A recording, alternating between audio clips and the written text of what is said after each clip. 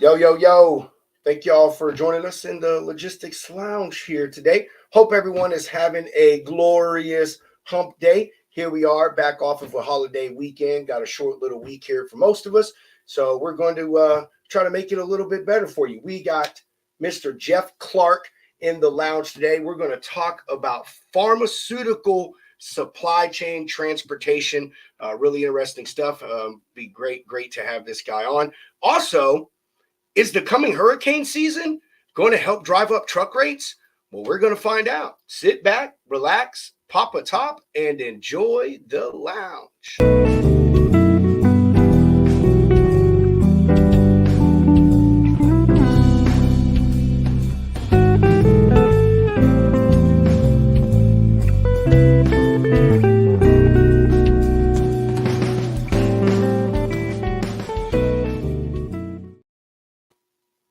Yo. Mr. Hound, what it do? What it do? What's up, brother man? How's the Oh, day going? man, it's going. Dude, I wouldn't say I'm still playing catch up because I mean not really, but holy shit, it's been busy, dude. Like Yeah. I took Memorial Day off. I tell you, there's very few holidays I take off, but me being a military man and my family being military family, anything that has to do with military, do not expect me to be there. I'm taking off. If you don't like it, that's okay. I defended your freedom for you anyway. So, yeah, right. So, but yeah, man, it's going good, man. Lots of freight coming across the board this week, dude. Really excited. You know, we get into this spring and the summer months, man. We start getting that peak in the freight season and Yep. shit. But yeah, what about you, bro? How's your day? How was your week? How was your weekend? Weekend was good. It was very busy. Still recovering just a bit. Week's been all right though. I'm feeling you with we're getting a lot more freight across, but like I was telling you today, some of these lanes, man, I don't know if it's because like DOT blitz week and then last week, being a holiday weekend, whatever. It's either there's no trucks or the rates are just crazy high, but one day at a time. I think we'll level back out next week and still not. I don't know. I need to check on the produce calendar though, because like you were talking about, I don't think that's the case up there in Wisconsin. So we'll Yeah, figure I it mean, out. Wisconsin. Yeah, I don't know. They do pull produce out there. I just pick up watermelons out of there, and Well, I I mean, don't know. like you were saying though, because like these loads are going to Iowa, and so I figured if it's like produce season for them in Iowa, that'd be a great lane to run because it's the Yeah. easiest load in the world, dude. You can literally pick up until like 10 o'clock and deliveries 24/7. I think it's like a 230-mile lane. Yeah, So that's not bad. That's not bad. I mean, I don't know. I guess it could depend on where it's going in Iowa, man. Iowa is pretty dead zone unless you're, one of the major metropolises. I But don't know, man. still, We used to get blown up on that lane, but yeah, yeah. I feel you, man. Hey, you know how it goes. But produce season is hopping, man. So if it's a reefer load, man, a lot of these refrigerated carriers reposition themselves during peak yeah, season, like for produce and shit, man, because they know where all the rates are going on. Like coming out of Florida, where I watched my lane rate rise by $700 freaking. dude, that's what's tripping me out, man. It's like day by day, like bro, it'll flip like a couple $100 overnight, just any given lane. I don't know. It's nuts. It's nuts. It needs It to is. calm It down. is. Thousand We're percent getting nuts. I getting agree. scared to quote things now. It's like, all right, what's the high end? All right, quote that. Yeah, I know, right? I'm in that same boat with a lot of lanes that I've paid too, because I know that it's coming, man. It's coming. You look at a lot of these rates, the rate tools, and everything's been etching up just a little A bit, little man. bit. Yeah, Yeah, it's just a bunch just of a tit for little tat bit. out here, so everybody watch out. No bars held over here. No, that's right. No, it's a dog eat dog world. It's Man, every man and woman for himself in logistics, and it's just business. It's just business. It's just strictly business. it is strictly business, man. But there are some out there that are still trying to do good business, man. Carriers and brokers. I got That's right. I got a carrier right now, man. That oh my god, bro. If I could have if I could multiply this guy by 50, my fucking life would be so easy. Yeah, I understand This that. guy does anything and everything you ask. Like, I mean, I pay him for it, but it's like, no, he's like, yeah, no problem, man. I'll get it done, Rob. Don't worry about it. Like, dude, just whatever, bro. Whatever. I mean, it's amazing. So yeah, I don't know. Maybe the tides are changing, man. Maybe the tides are changing. We'll see. Who knows? I don't think so. Carriers and brokers will never get along again, man. It's just the way it is. No, I'm joking. All right. Okay. You know what is going to get you along your way though is when you book that freight and you have some GPS tracking on it. You can watch where it goes real time. You're not going to have to worry about anything. You're just going to be able to book it, drop it, and just let your day go. And that's what Gigo does.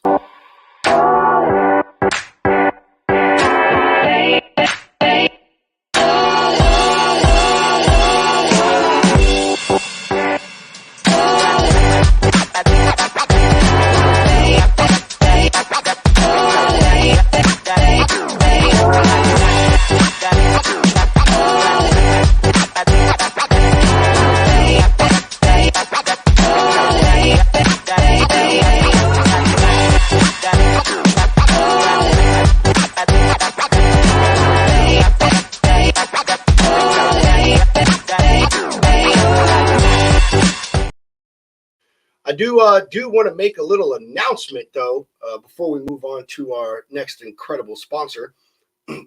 June 14th. We're gonna tell everybody right now. June 14th, we have Mr. Joe Daniel coming on the show. He just recently got brought on as the VP of Sales at Gigo, man. That's so cool, man. That's so cool. So yeah, he'll be on June 14th. We're gonna have a great time. We're gonna talk about Gigo. Hunter and I are gonna ship our trackers out to each other that week. We're gonna do live updates on the show so y'all can see how it works real time. Really, really excited about that. We just put that together today. So there you go. Y'all know before the flyer gets put out. What else you can use to put out your financial fires is Shoreline Capital. Because, I mean, who can freaking wait, man, to get paid 30, 60, 90 days, man? We all need our money right now. We got bills to pay. We got fuel to put in the truck. We got lights to keep on. And when you do business with Shoreline Capital, you're going to get that money liggity split. And Corey, I hope you're watching, brother. This one is for you.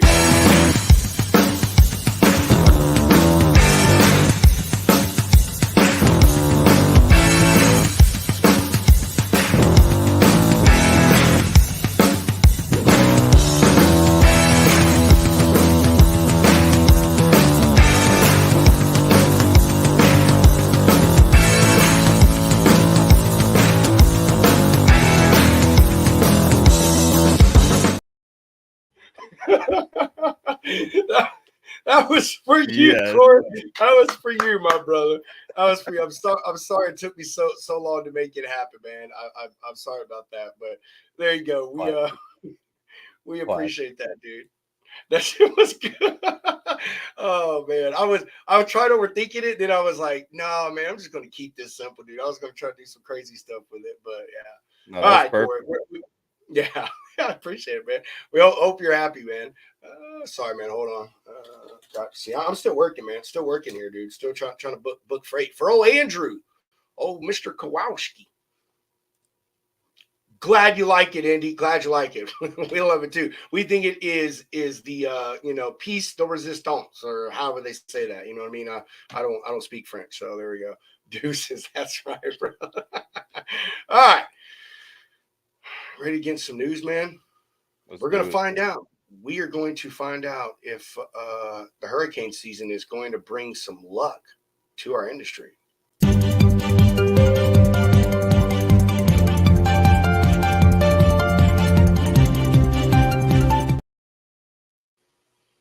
Okie dokie artichoke.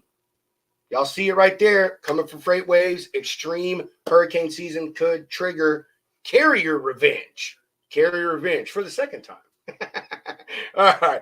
We all know that in the past 2 years, shippers have had the leverage in the freight market. Shippers who suffered under the weight of the rate market demands and stress during the vid have inflicted what has been coined in our industry as shippers' revenge on the motor carriers, which is something that Freight Waves warned about, amongst many others, back into fall of 2022, leaving out of 2022. Holy crap! First quarter of 2023 reassured us that the Great Freight Recession was unlikely to end quickly, and shippers started to insist on huge rate concessions from carriers. The process continued to accelerate earlier this year, and as a result, carrier profitability hit 14-year lows in the first quarter of 2024. Um, Part of this article talks about the great recession back in 08, 09, that the right now with the freight market, that's pretty much where rates and fuel and everything is. So here we're dealing with inflation and all these other things, but the stuff taking place in our market as far as pay, fuel and all that, we're looking back, 14, 15, 16 years, which is, really crazy. All right. Like all commodity markets, rates become massively volatile when an unexpected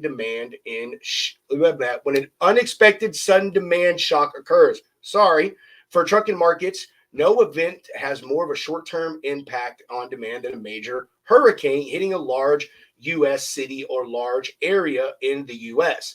Freight Waves' early success was actually largely due to the coverage of Hurricane Harvey that hit the coast of Texas and devastated Galveston and other parts of the Texas coast. Actually, didn't know that, man. I didn't know that, bro. I didn't, at something they added. I was like, really makes sense. NOAA, not the one you're thinking about, the NOAA released its May hurricane forecast, where it spells a warning to shippers to prepare for significant disruptions. It is the most aggressive forecast on record. NOAA forecasts that there will be 17 to 25 named storms, with 4 to 7 being category 3s or greater. On average, a hurricane season usually only has 14 named storms, and only around 3 of those are category 3 or greater storms. I'm telling you, bro, we have pissed off Mother Earth, dude. I've been saying this forever. Like, she is out to get us, man. Out to freaking get us, all right? Shippers that assume they will be able to react to the changing market conditions in time, they will find out that the carriers are going to have a lack of sympathy for their plight. In fact, carriers have been warning shippers that forcing significant rate deductions will be a mistake when the market flips in the carrier's favor. Whether the hurricane season lives up to the forecast by NOAA or it ends up in a whimper, one thing they say is certain, that at some point the freight market pendulum will swing against the shippers, and when it does, the trucking firms will inflict carrier revenge. That's what I mean. It's a dog-eat-dog world, man. You know what I mean? Like, bro, it is. Man. In many ways, they say the carrier revenge is a lot more vicious than shippers' revenge, in the sense, and this is true, that price is easier for shippers to deal with versus having their freight left on their docks and the supply chain disrupted and customers being left unhappy. So there you got it. Good things may come from a bad thing. I say, man, I think it's pretty nuts. The forecast they put forth, man. Like reading that, he's looking at those numbers. The 17 to 25. It's crazy, and I'll tell you, I think that they're right, because, man, just look at the way our spring weather has been. I read something today. I wish I would have saved it. I didn't. It was this morning, and I didn't think about it. But they were talking about the amount of tornadoes that have touched down this year Oh alone. Like, yeah, the tornadoes, the rain, like yeah, it's crazy. yeah. It's absolutely crazy, man. So I believe, man, that it's gonna be that bad, because just the tornado season, it has been horrific down here in Texas and other parts of the South. Arkansas, Oklahoma was hit real bad. I think Louisiana got hit with some. So it's Nashville got hit earlier this year. I remember that. So or Clarksville, I'm sorry. So, man, yeah, I think they're right. And as we all know, it sucks, but natural disasters, they do bring a lot of opportunity for people, especially when it comes to the logistics industry. We have emergency supplies that have to be brought in.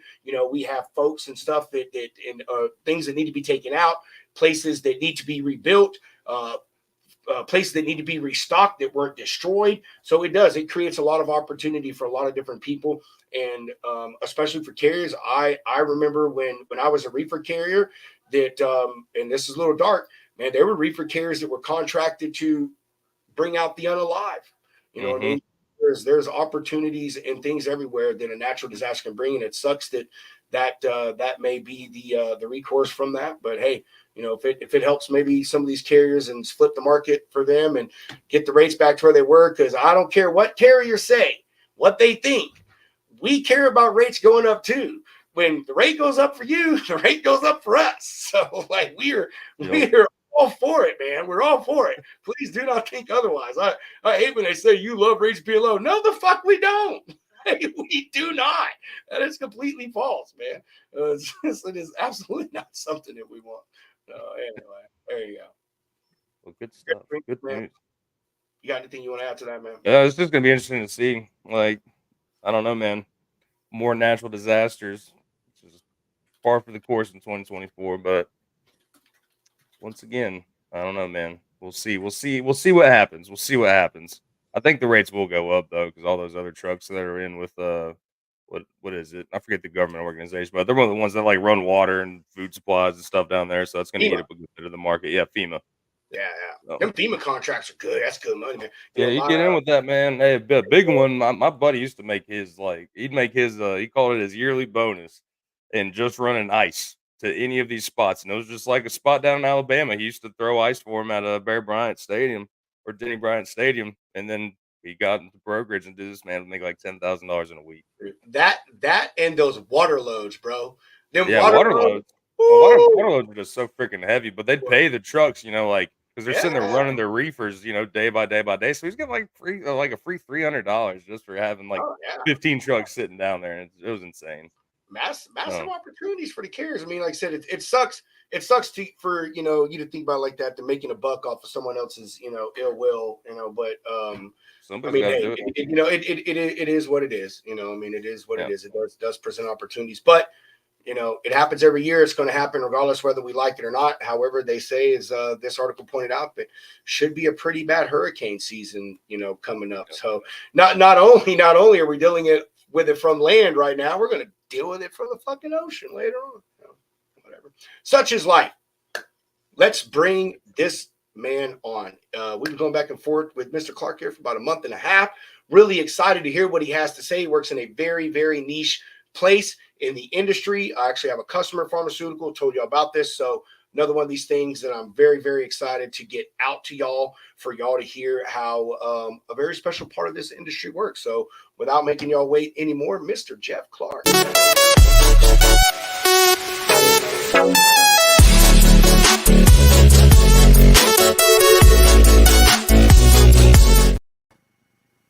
I like that. I'm glad you do, Jeff. How you doing today, my friend? I'm doing great, guys. How you doing? Another day in paradise. That's it. Logistics. Thanks for having me on, man. I appreciate it. No, we appreciate you coming, man. We know almost didn't happen. Jeff, you got pulled away, man. We almost thought we weren't going to be able to do it, but so glad that we were able to make this work. Yeah, well, logistics, man. We make it happen, right? One way or another. That's true. That should be the slogan for the industry. Logistics. We make it happen one way or the other. That's perfect. Or our secondary was logistics. We make shit happen. You know what I mean? Right. There we go, dude. All right. Jeff, we always lead things off with this first question, and it is, who is Jeff Clark, and how have you got to where you're at presently? Well, we don't have enough time for that, but I've been in logistics for longer than you guys have been alive, and actually, handling every product under the sun globally: air, ocean, sea, ground, trucking here in the States. And about 20 years ago, thought that I was retiring from that industry to, with 7 other folks, start a business on the pharmaceutical side, a specialized business that managed patient samples and clinical trial drugs at ultra cold temperatures. And what we did is we built libraries of those patient samples for the pharmaceutical industry. And it was it was quite an experience. It taught me a hell of a lot. But fast forward, and how did we get to today? During that time, I mean, you know, all my career, I handled some of the biggest pharma companies in the world. And as we were starting biostorage technologies, the customer base wanted to do this thing called a quality audit before they would do business with us. And it was the same customers that I was moving their product all over the planet for. And I never heard that word quality audit. And it really opened my eyes that there was a big hole in the transportation industry as far as how pharma products were handled. And not to the fault of the transportation industry, but really just a combination of faults on both sides of the aisle, if you will, that needed to be tightened up, and it finally has. But even over the last 20 years, those regulations and those standards, in a lot of cases we've come a long way, but in a lot of cases there's a long way to go. So for the past 20 years, I've written a quality management system for the transportation industry that helps them focus on how to properly manage pharmaceutical business and gain business, if you will. So that's where I'm at, and that's where I came from. Well, that was short. Yeah. There was so much more. I know that is there. Yeah. But, well, the big thing over the time of that career was filling in the gaps of where things were not happening, or behind the scenes things that weren't happening that were properly being done. So one of the biggest things that we did was write this quality management system that today the industry has implemented global standards. And before the quality management system that we wrote in 2003, that didn't exist. And there's a lot of things that we do within the training and within transportation companies that help these companies, if you will, be able to properly comply with pharmaceutical regulations when you're moving a load from off the coast of Long Beach into the Midwest.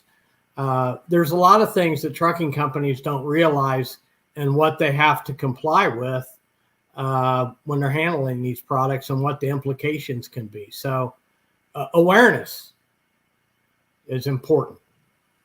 I'm glad that that's where you started going, because my next question was going to be, is what are the biggest misses or misconceptions, struggles, issues, whatever word you want to choose, that you see when it comes to the supply chain, as far as after it's being manufactured, it's leaving the manufacturer on its way to the distributor? Where are those breaks at? The breaks come from the instructions giving to. Do the instructions come all the way down to the desk level or the driver level? And that's the biggest issue that we have.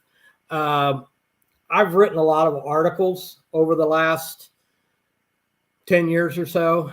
One of the first articles that I wrote after I started 7P Solutions and after I got out of the direct pharma business was holding the supply chain accountable.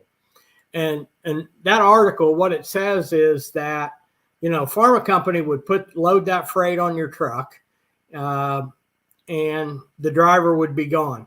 And, when I was in transportation, if I went to call on a pharma company, I had a brochure that said I was an expert at handling pharma products. I'd go down the street to the tire manufacturer, and I had a brochure that I was the best at handling tires. For us guys, the most important thing is moving product from A to B, doing it in the time frame it's supposed to be done, and in the proper manage to prevent loss and damage, right? In the pharma industry, it's a little different, and it's gotten more complex over the last 10 plus years. But the gap falls between having the instructions conveyed all the way down to a dispatcher, and that dispatcher conveying those instructions to the driver. Drivers, they're their own bosses. They're in their trucks. And what a driver may do with his reefer unit on a refrigerated load may or may not be helping the cause at all. And that's where the training comes in place. Do you see, or I should say, when you were on the other side, before 7P, did you experience a lot of, carriers or maybe even brokers, 3PLs that, misled you and mislead others when it comes to working this industry and, not knowing what they're doing, causing a lot of problems? Is that something you frequently saw? Yes. And I don't know if misleads the right word. More so they didn't know any better. Or they just heard enough to understand what the buzzwords are as to what they were selling they could do. Right. And I think that was the biggest thing. There are still today carriers and brokers who maybe are more smoke and mirrors than what actually their service is. I know that for a fact. I've written articles about that, and part of holding the supply chain accountable, talked about some of that stuff. But, at the end of the day, it comes down to it's all about the training. Because I'll tell you, the biggest issues that I see, even still today and 20 years ago before the regulations really came into place, was the training and people just not understanding. I'll give you a perfect example. We had a new warehouse guy at a big pharma company that makes diagnostics equipment. And this guy had a lot of dock experience. He was loading a reefer load. And he pinwheeled all his pallets, man. He packed this baby tight. But it's a reefer load. He thought he did a hell of a job. And really, he ruined over half the product because of the way he loaded out this trailer. There was no airflow. So, it's just, again, it comes down to training. And where I see a lot of people fail is in that training, because how hard is it, especially for the bigger companies, even smaller? I mean, you got 25, 50, 100 drivers. It is difficult to corral those drivers to do the proper training, because you know what? If they're not on the road, you're not making money. Very, very true. Jeff, I don't know if you know Jeff. I'm probably assuming that you do, because who doesn't know the Bodacious Cowboy? Jeff is asking, did you vet your service provider? If not, why? How important is it for shippers to vet who they might work with? Well, that's a great question, because within the regulations today, the regulations that transportation companies have to follow today is called good distribution practices. Part of good distribution practices, a big part of that is vendor qualifications, which is extremely detailed. And what that means is, if I'm a shipper or if I'm a broker, I am vetting my carriers. And what does that mean? That's everything from how they manage their equipment from a maintenance, a temperature mapping standpoint. What are their standards when they're buying equipment? What's their driver training standards? What's their background standards? Every aspect of that company that you're going to be using has to be vetted. And if you're not vetting those carriers, then you have a problem, because you're not compliant with good distribution practices. And that can come back on you if there's an issue. Yeah, the company I work for out of Canada, they own their own fleet, but our VP, he had a background in Pharma and all that good jazz, but it took him forever to get the GDP certification, and the backgrounds and what goes into that, like you're saying, the temperature tracking, like every 5 minutes has to see that. Like, there's just so many moving pieces, and even owning trucks, they wouldn't let some of our drivers touch that freight because they weren't qualified enough for it. So like, they would vet internally, so I couldn't imagine going out and vetting people that maybe have the capacity for it, but putting your trust into those people, oof, that's a lot of stress, I can imagine. The biggest challenge I see is in brokers. Yeah. Because a broker, you want to have the biggest pool you can have. And how as a broker now you have to manage another company. Right. And that's not an easy process. But it's, you guys were talking about hurricane season coming up and things of that nature. Part of that vetting process is what's the trucking companies, what's the service providers' business continuity plans. What happens when, this distribution center is now all of a sudden leveled? What happens if my reefer units are going down? What happens? What ifs? And you got to have a documented plan on how all that's handled. And, that's the biggest part of what I've been doing is the last 20 years is education. We train a lot of trucking companies who want to get in the pharma business. You're talking about rates, what the hell? They're testing the rates right now because, we're just coming up on June, but everybody's thinking peak season's around the corner, right? The rates are going to go up. But, a lot of carriers that I have trained and implemented their quality management systems for, they do it because there's a little bit higher margin in what you're doing, just because of the expertise that you got to have. Yeah, definitely going to the niche seems like the best way to go about it. You can sit out there and run your dry van freight and compete with millions of people out here, but you go into something like that, yeah, you make more money and you're fighting up against less people. You're a hot commodity at that point. You are, and they're the numbers. Yeah, you're right. I mean, what would you rather haul off the West Coast? A load of Phar-ma, a refrigerated load of Phar-ma, or some produce? I mean, the food industry, that's lower margins from a profitability standpoint, and patient safety. At the end of the day, you got to pay for that. Yeah, absolutely. Absolutely. So how'd you get into the training portion of it? I mean, obviously you did all this stuff yourself and, cutting your teeth out there. Did you just up and decide one day, like, man, there's a lot of people out here that don't know what they're doing. I need to do something about this. Right. Well, that was the big thing. I was, I wrote this quality management system with my pharma partner, who was a quality management person in the pharma industry all of her life. We wrote that, and we worked that for several years. And then in about 2008, I built a trailer that is unique. This trailer carries all of its spare parts. It has 3 refrigeration units on it, has 2 generators. It does 5 temperatures at the same time, has 13 live streaming cameras.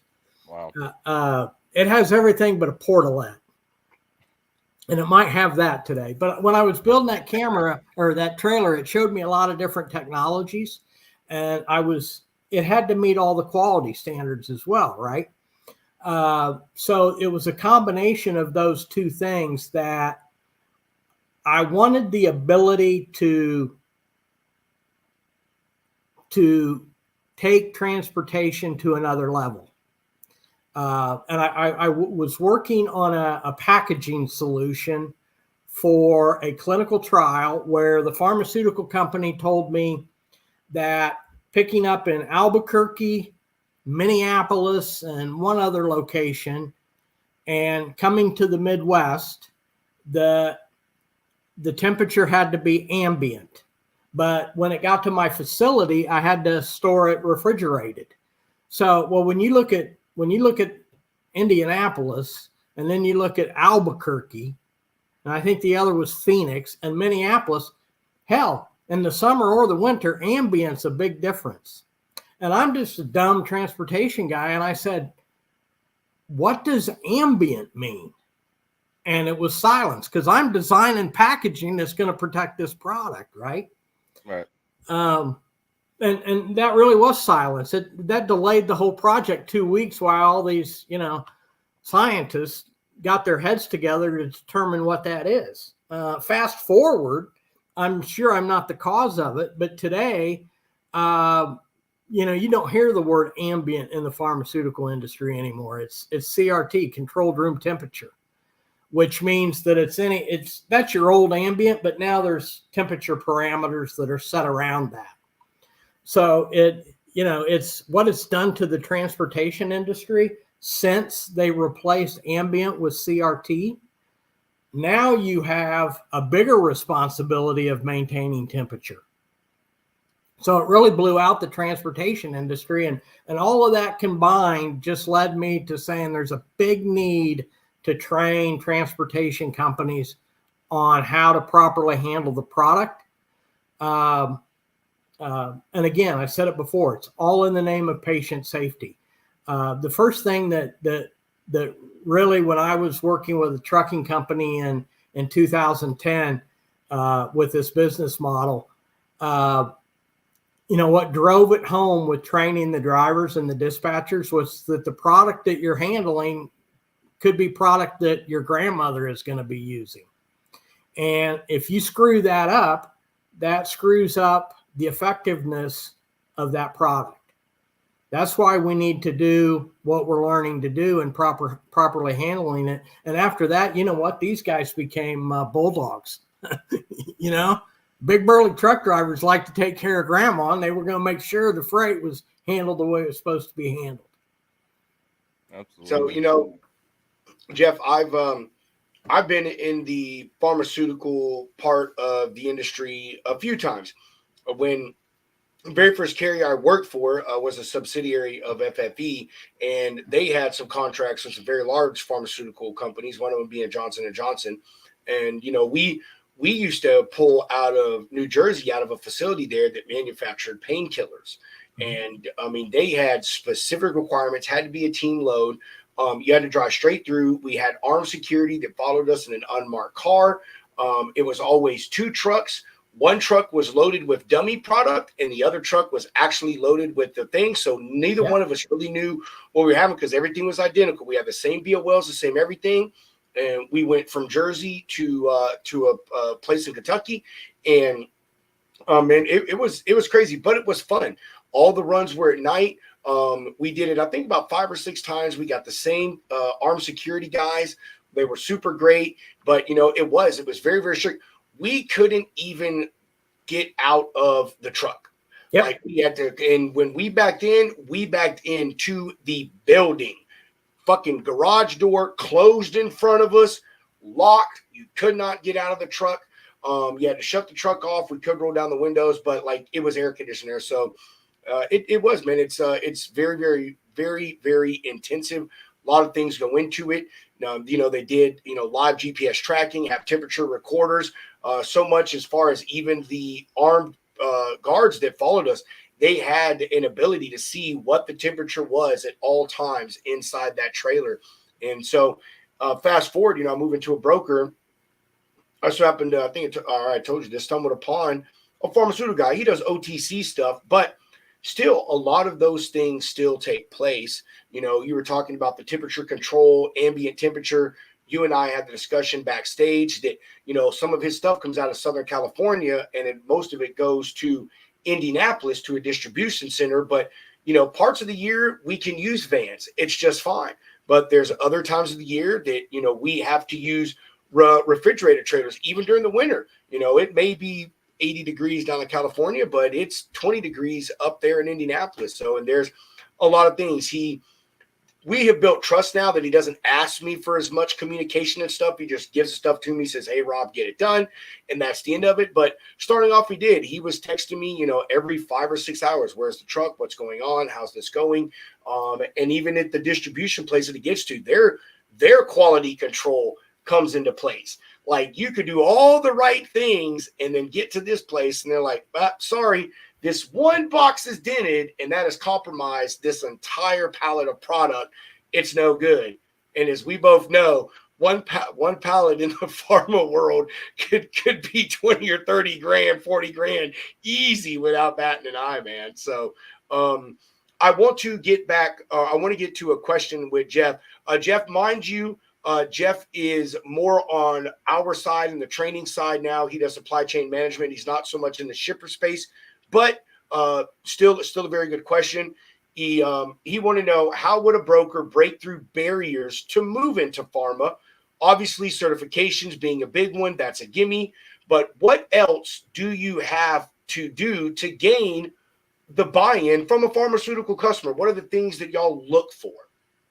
Well, I mean, the first thing that you have to do is you have to implement a quality management system within your business, even as a broker. Okay, so that's implementing an entire quality management system, and part of this, what you said about going down to Shepherdsville for the J&J was, that cargo security is part of that quality management system, the good distribution practices. So there's two standards, security and the quality, but they kind of meld together. So you have to implement that first.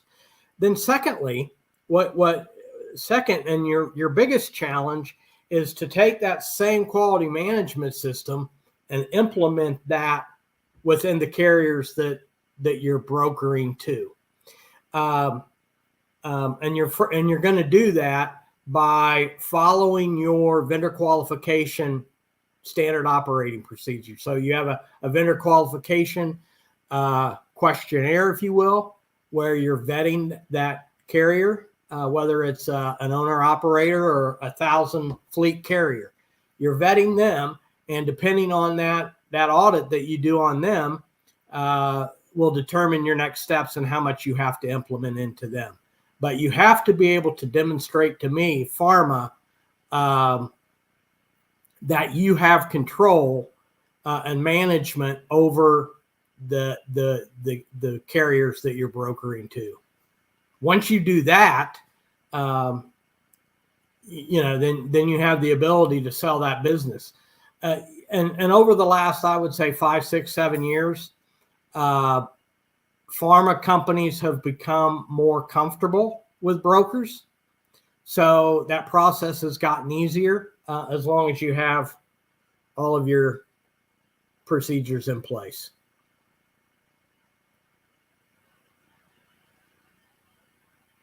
Or I'll be on mute. So, hey, sorry, bro. I've got a carrier being a pain in my butt right now at a customer's place. Logistics. Okay. Put yourself back on mute. Put yourself back on mute. Well, Jeff, what else you got, man? I'm looking through your messages here. I just realized this was you who was hitting us up, by the way. This resume is pretty freaking impressive. Let's see here. So what's this? Let's get into the GPS side, man. We haven't really dug into that too much. Seems like you've had a lot of background in there and pretty passionate about it. When that trailer was built in 2008, like I said, it had a lot of technologies.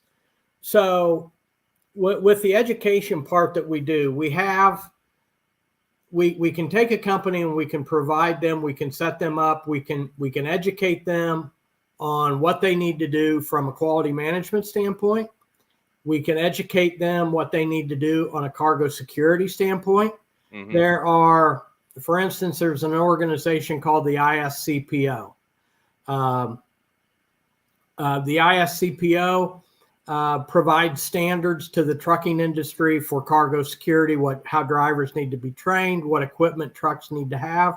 There's also that's probably a little bit more recognized is the TAPA standards. The TAPA standards are a global standard on that set cargo standards. So we provide and we teach brokers and trucking companies how to implement both of those standards: cargo security, good distribution practices. Combined with that is your visibility, right? Mm-hmm. So I got whether it's like he was talking about with the escort services, the law enforcement, the escort services, they have to have visibility. All the stakeholders need some type of visibility. Right. So when I came up with this idea back in 2010, it was really to use a single platform, a single device that would give all stakeholders, no matter what their role was, the visibility that their individual jobs needed to allow them to do their job. And a big part of that for cargo security and the temperature monitoring, the quality part of it, is being able to make decisions now and removing the human error out of it, if you will. I mean, when I got into this, it was we were leaving it up to the driver, right? You got the temperature on the backside of the trailer. I can see it in my mirror. Some guys got it on their dash. But again, that's relying on the driver. I want to take that away from the driver, and I want to make that an automated event-based system. And that's kind of how all that falls together. Yeah, that is interesting. I don't know. That wouldn't really think about all the different, pieces of the puzzle that can, go into this type stuff. But well, it all comes together. It's important because if you're a broker here, if you have a customer that's asking you to pick up a trailer load of Phar-ma at Air France at O'Hare, and it's refrigerated, it's going down to Arkansas. Most brokers and most trucking companies don't realize that because that came from Europe, you have to be compliant with good distribution practices and those regulations. If you have an issue and that affects the product and or patients downstream, you have big problems because you're going to be held accountable for that. The FAA is not quite as strict as how they do that, but certainly the EU is and can be. So you were just an innocent guy picking up a load of Phar-ma at Air France.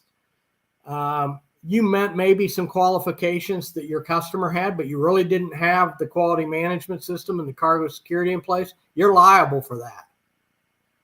So, that's where that education comes in. We just throw tools around that to have to ensure that compliance is made easier. Yeah, because that's a lot. I mean, like everything you're saying, I don't know half of these organizations. I mean, I know the EU, but if you have a customer that's not fully, qualified or trained up, you can get in a lot of trouble because you just take what Mr. Customer or Mr. Receiver says, and it's like, okay, yeah, I have those things, and it's like, okay, we're good to go, and then next thing you know, you got the blue lights behind you, and that's not. Oh man. Well, you know what? 30 years ago, I used to just be one of those guys that said, "Hey, that's okay. Just pick it up and move it. It's freight, right? It's freight. Just move it." But yeah. it sounds complicated, but we make it. That part of the education is making it easy, right? And that's why a lot of guys, a lot of fleets, a lot of brokers come to me and say, "Hey, help me, point me in the right direction, and help me so I can be qualified." And I tell you, I haven't had anybody come back and say, "You know what, the revenue just isn't there." Everybody's smiling. I can imagine. I saw Jeff post something about insurance. Oh yeah. Having the correct cargo insurance coverage. Most loads, I know he's obviously referring to Phar-ma, are multi-million-dollar moves. Yeah. Oh yeah. Well, and you know what? It's tough to have cargo insurance on perishable product just because there's so many factors around that.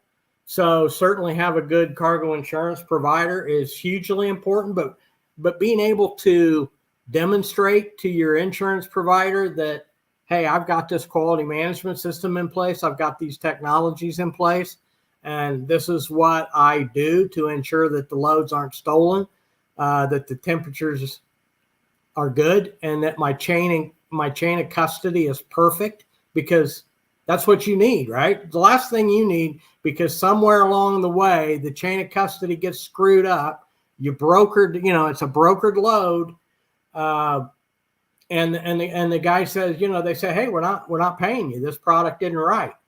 And then the guy who hauled it is not properly vetted. It's a nightmare for everybody. It just costs money and time. Education. Man, being you and I, Jeff, we're going to have some deep continued conversation, man. Some deep continued conversation because, I by far do not consider myself any type of master in the logistics of pharmaceuticals. I've had 2 customers. They've been very, very easy to deal with. One of them, they sold out to a larger conglomerate, and I lost them because they already had their own people in place that dealt with that stuff internally. But, a lot of these things I think about, I've approached, I've used my experience as a carrier to think about how to, eliminate, mitigate, whatever you want to say, risk for the 2 customers that I have in this space. But you brought to get some points that even myself I haven't thought of, and I as well know that my customer hasn't, because he hasn't brought it up to me. There are concerns or worries that he hasn't presented, say, hey, what are we doing to this? Now obviously I know what his insurance limits are. We make sure everyone with his load, whether it's 1 pallet or a full truckload, it's a minimum $250,000 insurance. If it's a reefer load, you do have to have reefer breakdown coverage, reefer coverage, perishable coverage, that stuff like that. But still, some other things I would definitely like to speak to you, because I'll tell you, I really enjoy doing business with him, and I'm looking to branch out into dealing with them. But I see that there are some things I don't know that I really like to talk to you about, man. I really think you could help me expand further and sound like a more intelligent, knowledgeable individual with approaching some of these people, even some of these mixing companies. I don't know if you ever dealt with them, man, but a lot of people, I think, just think of the end pharmaceutical. But even this customer that I deal with, some of his mixing customers are really, really strict. I mean, you have to wear hairnets. One of them, you literally have to put on like a lab suit. If you want to come in on the dock, they'll let you, but you have to put something on over your clothing, wear booties on your foot, put a hairnet on, a mask, all of these things. And they just do mixing. That's all they do. Is, well, I say all, but so yeah, there's the mixing and the API is active pharmaceutical ingredients. So that's the secret recipe, right? That stuff is typically more expensive, right, than the finished product, and more sensitive. You can't screw that up, or you're screwing everything up downstream, right? So, I mean, it's education. I'm happy to talk about that, and it's all about risk mitigation. If you've got 4 pallets of your customer's pharma freight on a refrigerated trailer, and that reefer unit goes down as you're going down a highway, do you know how much time you have before that trailer is going to go out of temp? Very true. That's a good point. And there's no one answer for that, because every trailer is different. How does the gap in the door? Are the gaskets good? Are they dry rotted? Are there any holes in the floor? Are there any holes in the wall? Like, man, that's a good, the crazy thing is that's a fucking trick question, Jeff, and I caught it. No, but I get where you're going. Like, with, it's, do you have 15 minutes or do you got 45 minutes to get that freight secured? You got to know that stuff.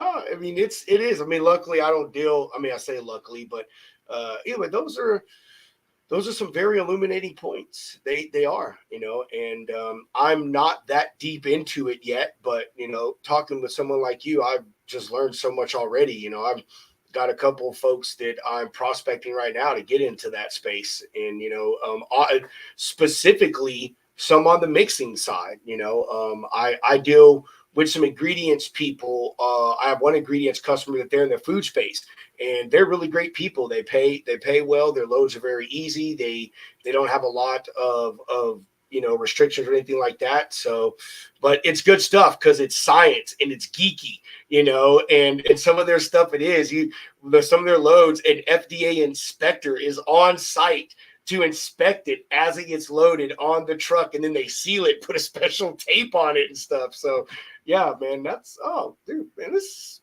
great. I knew it would be fun. The Food Safety Modernization Act requires chain of custody. They want to know where that food has been, and in order to make it, to claim it to be viable, they have to know what the chain of custody was. So yeah, I mean, it's education. That's what I started out to do in 2010, really, and that's why I'm still doing it. At the end of the day, it's one of our first taglines was patient safety. And really, that's just what it's all about, right? It's about the safety of you and I, because we take that stuff, and if it's mishandled, it's either not going to work or it's going to be harmful. Yeah, I'm with you, and we talked about that backstage, and I think that is probably amongst everything else the highlighted item. Obviously there's things that are just equally as important that we've talked about here, but all of that is a culmination to make sure that the product reaches the end consumer, whether it be in an ICU emergency room or you're just going to the local convenience store and you're buying some aspirin, to make sure that product is, as you say, has a proper chain of custody, and we know that all the handling has been done properly and all the steps that need to be followed have done so. So when you take that aspirin and it says it's X amount of milligrams and it's going to cure what ails you, then it actually happens. And we've seen stuff in the past where those things have not been followed, and I wouldn't say detrimental, but it's caused issues. Things haven't been as potent.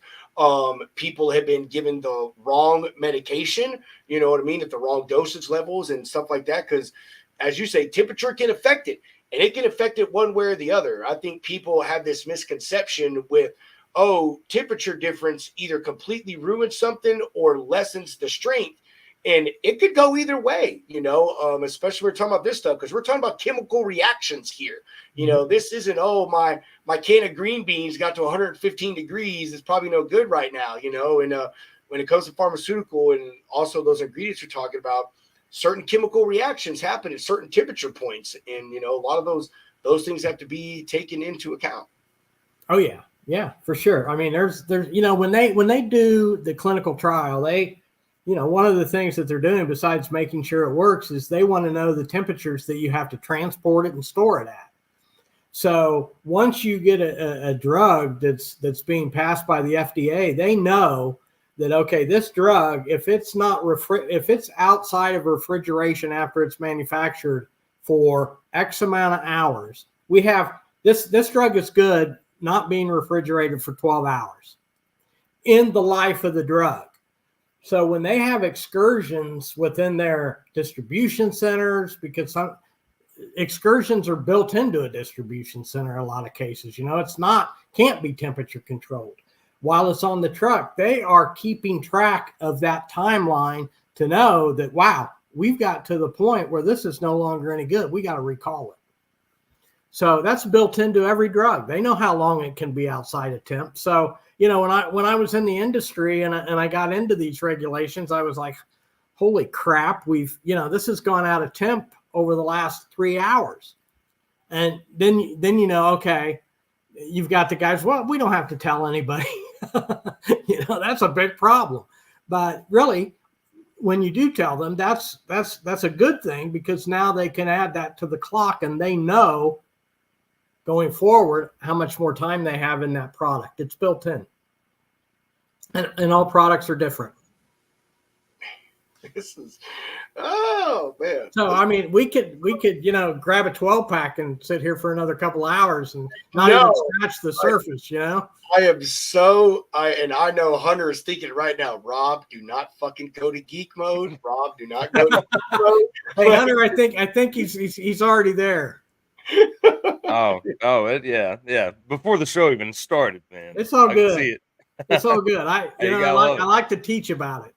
Oh yeah, no, this is like very, very interesting stuff. Rob just likes to talk a lot. I like to listen during this type of stuff. Like, Rob's about to make a lot of money doing this. I can already tell. He's gonna be on the phone all week calling pharmacy companies. He's like, you'll never guess who I just talked to today. Yeah. I am. Jeff Clark. I'm gonna start name dropping Jeff. I'm like, hey, my good buddy Jeff Clark? Well, let me tell you about this thing. There you go. We just had a beer together today. That's good stuff, man. I like it. Things like this is, when you're talking about freight that you specifically handle, even though mine is at a different level, it's really, really interesting to get another person's perspective, especially someone like you, Jeff, that has been in this for such a long time. You've seen a lot of evolution, a lot of change, been a part of a lot of evolution and a lot of change. And also, stuff like this, I don't think people think too much about, man. Again, we all just take pharma for granted in a lot of sense, man. We just assume we're going to go to the pharmacy, they're going to give us our medicine, it's going to be fine. They've tracked this, controlled it, whatever. Honestly, anyone not logistics don't even think about that shit. We all know it. They have no idea, So it's interesting when you learn about the life cycle of products, and especially things like the pharmaceutical industry, which although we can all agree they're, like insurance agents and attorneys, they have their foot on the throat of the Americans. But it's very interesting because there's a lot of stuff that goes into it, and it is something that really deeply needs to be controlled. And it's one of the very, very, very, very niche parts of any industry, much less logistics. I mean, it really takes people like you, man. I can't even put myself anywhere near you. I can't even say people like you and me, but people like you who know this, know what's going on, who have, like I said, being a part of the change and evolution to make sure this stuff goes off right. And when we get that medicine from the pharmacy, we have people like Jeff Clark to thank. That's right. It's been handled right. That's crazy. So, all right, Jeff. So I guess to kind of round everything out, what is your focus with 7P? Where are you guys at currently? What are the things you're looking to get into? Tell us about that situation. Yeah, well, I mean, one of our founding roots was the quality management system that incorporates the cargo security and giving that kind of giving you the compliance and the procedures that you can properly operate, and then giving you the tools to do that, right? So those tools come in the form of technology. So from, our goal has always been, and we've said it since day one, is that the biggest responsibility that we have is education. So that education, that comes down to educating yourself by implementing the proper cargo security and quality management procedures, education around the technologies that you can use, whether it's independent on the shipment or on the equipment itself, so that you have every stakeholder can have the visibility to make sure that the procedures are being done as they're supposed to be, and that the cargo is being handled properly. So, this in the last 13 years, from a technology standpoint, it's grown very, very rapidly, which is good and bad at the same time, because there's a lot of good out there and there's a lot of bad out there. So it's teaching people how to vet their technologies, to if you're a broker situation, to vet your carriers. If you're a shipper, to vet your brokers or your carriers, your transportation providers. Because as a shipper, not only do I have brokers that I'm managing, but I'm managing probably an air freight provider. I'm managing ocean carriers. My supply chain is just not from here to North Dakota. So that's our mission, is the education and bringing those tools together so that people can do two things: grow their revenue, grow their business, three things, and make sure that they're handling the product properly. So again, at the end of the day, it's all about chain of custody and patient safety. And when you do that for a pharma company, man, you're in. And today they will come and do an audit. They will come and do an audit to make sure that you're doing what you say you do. All right, Jeff, I guess I have one final question here. Are you, as 7P, someplace that, say, a broker like myself or even a carrier could come to you and say, hey, I've got this business. It's in the pharma industry. Kind of new, don't know what's going on. Is there a way that you could help me be an asset to this company, this chain, and gain this business? Or are you just like, nope, just give me the name of the place, we'll take it over, we'll send you a $200 check a week? No, we come in and we help you do that. So there's multiple ways that we do that, but yes, we help you do that. You come to us, we help you do that. We help you become successful through the education process and the tools that you have to offer. I can tell you that there are some brokers out there that started from nothing, that are, now they've got 150 employees. Because what did they do? They trusted the process, they implemented the process, they followed the process, and they do what they said they were going to do.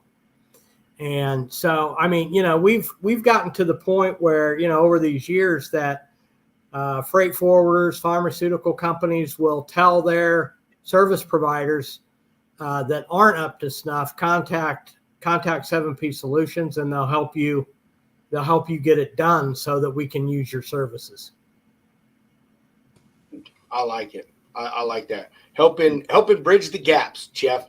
That's what it is. Helping bridge the gaps. That's good stuff. It's always amazing when there's people in an industry that can help other people in the industry fulfill a need and educate and inform and help them to be better, to gain business, grow their business, and ultimately grow their customers' business. So, have you been reading my articles?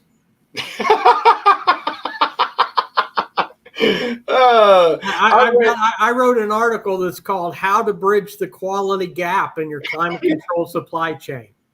We'll just say it's a coincidence, Jeff. We'll just say it's a coincidence. No, I mean, I have only read, I think, one or two of your articles, but you were something that as soon as I found out what you did with Space Marine, I was like, oh, this is really cool shit.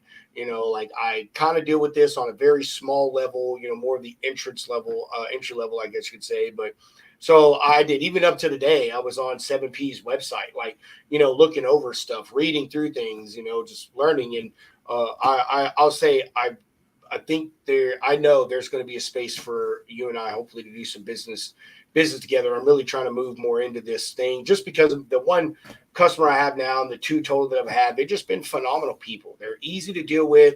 They're hard to gain their trust, but once you do, they just let you do what you need to do, and I like that. I do. I like people that just leave you be and they put the trust in you, and more so, you don't argue over stupid money shit. You know what I mean? Like, they're just like, hey, I just need this done. Do not rip me off. Just take care of me, and I'm going to take care of you. And I like that stuff. And, pharma industry is pretty cool stuff, man. I'm really, really into it. Mr. Hound. Yes. What hoodie are you wearing, bro, by the way? A little Peterbilt one. Oh, Peter, I thought it was a Peterbilt one. I've been like, what the fuck? That's pretty slick, bro. I like that. It's got the American flag on the back with the Peterbilt logo through the middle of it. Where'd you get that? Large Cars Guitars? I did. Suck. It's almost June. Why are you wearing a sweatshirt? Because I keep it freezing cold in my house. Yeah, he does. So you're just spending the money to keep it cold, and then you're dressing for the conditions. Yeah. That's a good fucking point, man. I like it cold, man. I like it cold. It's hot outside. I don't need it hot in my house. I think what it is you like to wear the sweatshirt, so you got to keep it cold. Yeah. They're comfy. Dude, hey, I don't know if you noticed, Jeff, not that Hunter's young. Hunter is 30, so he is legitimately an adult now. But that's the thing with a lot of these. My kids are like that. Like, they wear hoodies. I'm like, you fucking know it's 105 degrees outside right now, right? Oh, yeah, but it's the style. Who gives a shit about style? Like, catch me dead wearing this outside. I've seen the same thing, dude. It's like, nope, hell no. My style is comfortable. That's me. I used to use this example to my kids, but it falls on deaf ears. But being someone that's prior military, I almost went into law enforcement. One of the things they teach you is to, and when you're talking about being aware of your surroundings, is people wearing clothing that do not match the fucking environment. You know what I mean? And I'm like, you guys are just like, to me, in my eyes, a walking billboard of, man, I'm concealing something underneath my clothes, which isn't usually true. But I was like, man, if I was a law enforcement officer, I'd be crazy right now with your generation. I wouldn't know what the hell to do. Yeah. So, Jeff, any exiting comments, questions, concerns, updates, or even plugs? Well, I mean, again, I think first and foremost, thank you guys for having me on. I appreciate that. There's a lot to learn, and as I said, I'm all about. I've done a lot. Probably the most interesting piece of freight I ever handled was moving the Berlin Wall from Germany to the U.S. What the? Wow. Serious? That's a whole nother episode. This was I felt bad for this guy, but man, he had the rights of it, and I've got the pictures of it sitting in my warehouse. But anyway, I've done a lot. Education is the most important thing. I appreciate you guys bringing me on. For your listeners out there, your owner operators, your brokers, I mean, if you have or are interested in taking your business to another level from a quality standpoint, from a cargo security standpoint, reach out to me. I've been doing it a long time. I started in this industry when we used carbon paper and IBM Selectric 2 typewriters. So I've seen a lot, and I've been around a lot, and we're here to help, and we're here to educate. And at the end of the day, what it has to do for you is grow your business and your revenue. Hell yeah. Hey, Hunter, I don't know if you've realized this, but how is it that the two most OG mofos that we know in this industry are both named Jeff? Mr. Jeff, are you? I can't believe you just like casually dropped that you moved the Berlin Wall. Like, that's I know. It's some Jeff shit for sure, man. I don't know what's going on with you Jeffs, but for real, pretty damn impressive. Pretty damn impressive. Jeff Clark, if you're not hooked up with Jeff Dickinson, you got to. This guy helped design Ford's 4PL system. So, I mean, that's totally cool, radical freaking stuff right there, man. But just nuts. The two like biggest OGs that we know now are both named Jeff. I'll be reaching out to him for sure. I mean, I like the stash. My wife doesn't like me to have any beard, but man, I don't know if I could grow that stash, but it might be worth a try. That is the bodacious cowboy special. That is, man. Dude, I swear Jeff grew it by a nuclear plant or something, because he'll shave it, and then like 2 days later, it's back. It's back? I don't know how. Yeah, like it. I don't know. It gets stronger with every shave. So that's a true man. Yeah. We watched it live time, didn't we? Hunter? Yeah. When he shaved it, and then he started coming on the show, and we're like, every time he came on, I was like, bro, what the hell? You've got a whole new beard now. Oh man, that's so funny. Yeah, you've definitely got to hook up with that Jeff. Jeff, he's a really good guy. We've been, honestly, I've said this before. I know a lot of people in this industry, and Jeff is at the very top of people that I respect and that I listen to, and I would do anything for. He's just a genuine guy. He loves this industry, and yeah, y'all definitely got to hook up, man. Definitely, you two would have a ball talking. I mean, hey, y'all could talk about when the Ford Model T first came out, and yeah, yep.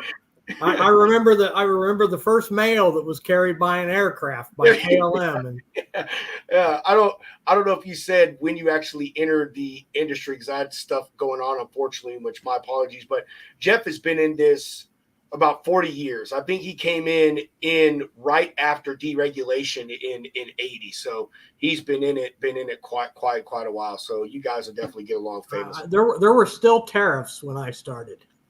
Oh my gosh. That's crazy. You have seen everything, man. Every piece of freight had a commodity code. Wow. that's we've heard about. We're definitely gonna have to have you back on, Jeff, and talk Anytime, guys. Anytime. outside of the pharma stuff, man. There's nothing like talking to, and this is not disrespectful. It's actually meant with all intensive respect. Is the old heads, the gentlemen, the ladies that have been here, have seen the true evolution of our industry, and they've got stories to tell. They've got education to give, information to give, and we definitely got to have you back on. Yeah, we'll do a Jeff and Jeff show. Do that. Yes. Like straight up, that would be crazy. Like just to hear y'all talk about what y'all done in the past. Wow. There you go. Dude, I love it. Oh, Hunter, write that down, Hunter. I'm writing it down. What do you mean, man? I'm gonna forget it real quick. We're gonna think of a catchy tune, or a catchy play on that. Jeff v. Jeff or Jeff goes Jeff. I don't know. We're gonna think of something. Gathering of the Jeffs. Yeah, I'm sure you guys will do it well. We will. We're definitely gonna have you back, Jeff. Stick with us. We're gonna just do a quick sponsor break after Hunter and I give some exiting comments, and just stick with us for the next few minutes if you would. Yep. Mr. Hound, what about you, my brother? Anything you want to say? No, Jeff, it was cool having you on, man. Definitely love what you've been doing. It's, just awesome to see. Good, cool hearing the stories from back when, and just, you never know what people do until, you talk to them, and it's pretty insane, pretty impressive. But, definitely looking forward to having you on again. And shoot, I'll probably be right there with Rob if I've got any questions, and we'll get you back on with old Jeff. All right, man. You guys know how to get hold of me. I appreciate it. Yes, sir. Thanks, guys. Our honor, my friend. Our honor. So yeah.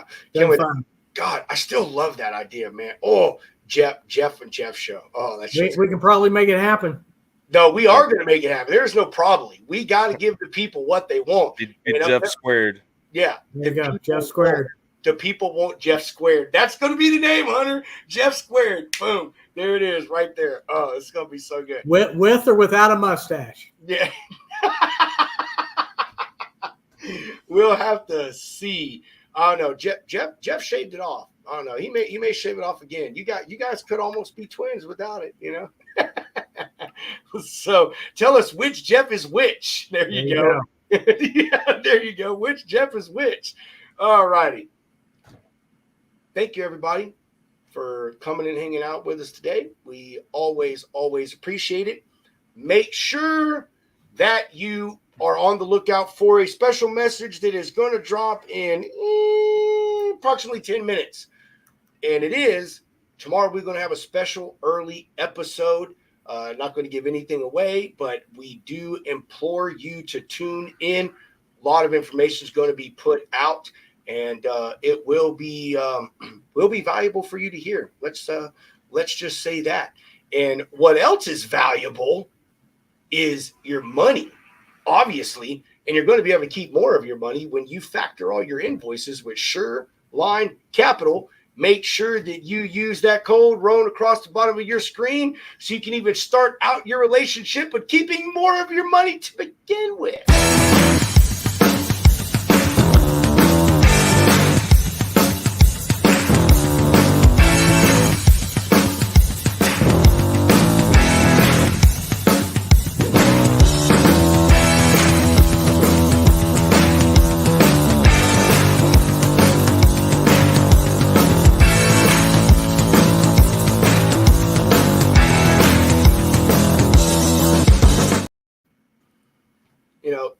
Speaking about things to begin with, everything has a beginning and an end in this life. Everything. We as humans, we have a beginning, we have an end.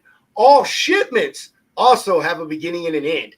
And if you really want to know where that freight is gone every step of the way, or maybe even your assets, maybe you need to keep a watch out on those, then I'm telling you, you need to use GGO, real-time live GPS tracking with GGO.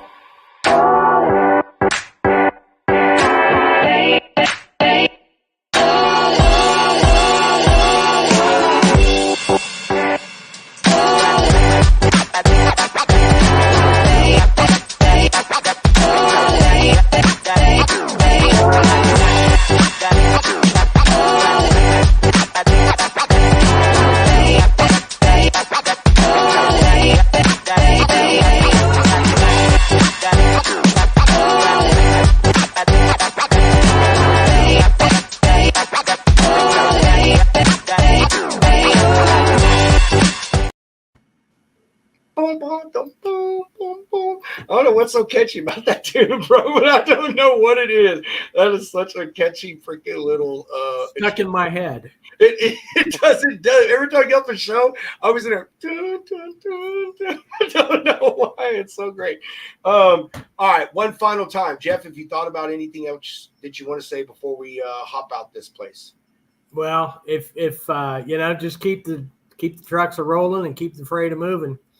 We've got it's you know, and vet your carriers. If you're a broker, that's to any broker that I talk to, the biggest thing that I reinforce to them is vet your carriers and make sure that when you're giving them a load that they're not double brokering or triple brokering, because you wouldn't believe how often it happens. No, we would. And coincidentally, the lounge has the cure for what ails you. Although they're not a sponsor on this show as of yet, wink, wink. Hey, you got to be using people out there like Freight Validate, Mr. Dale Prax. You got to be connected with folks like Jared and Nate over there at eCarrier Check, Shifra and Ben over there at Trusted. There's a lot of folks out there that have some really good products that are helping combat the vetting, and not all of them do the same thing. They all do a little bit different things. So, yeah, go out there and chase yourself down. We obviously pump Freight Validate #1 over here on the show, Dale Prax. We absolutely love Dale. He's a very, very good friend. Jeff, do you know Dale? I don't.